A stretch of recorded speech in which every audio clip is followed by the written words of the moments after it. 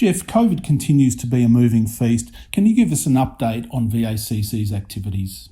Yeah, look, thanks, David. And we know this is a very frustrating time for our members and a very frustrating time for industry. However, we're going to continue to provide the information as it changes. There's been some subtle changes around servicing of vehicles, and I've provided a link under this film, and it's for members to go to the frequently asked questions section of transport, postal and warehousing. You will never find this link, but we've found it and it's there. This information has moved from where it was before, and it's under the title of can I travel outside of 5 kilometres to get my car serviced? But go in there under that banner, under that blue box, and read the information in there, because there are subtle changes about vehicle servicing.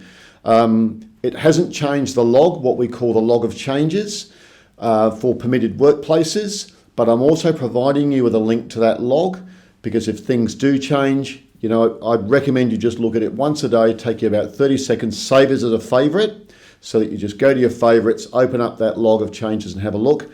But the frequently asked questions appears to be where they're putting changes now, and there's an FAQ under each section, but the transport and warehousing one is the one that you need to look at right now. And again, keep an eye on that log of changes. I know it's frustrating. This isn't the VACC changing things.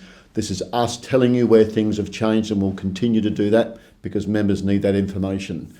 I also want to just let members know that we are starting a promotions campaign, starting in regional Victoria and coming into metropolitan areas, reminding the public around the sorts of services that are available from members. And of course, stage 3 are fully open, as long as they've got COVID protections in place.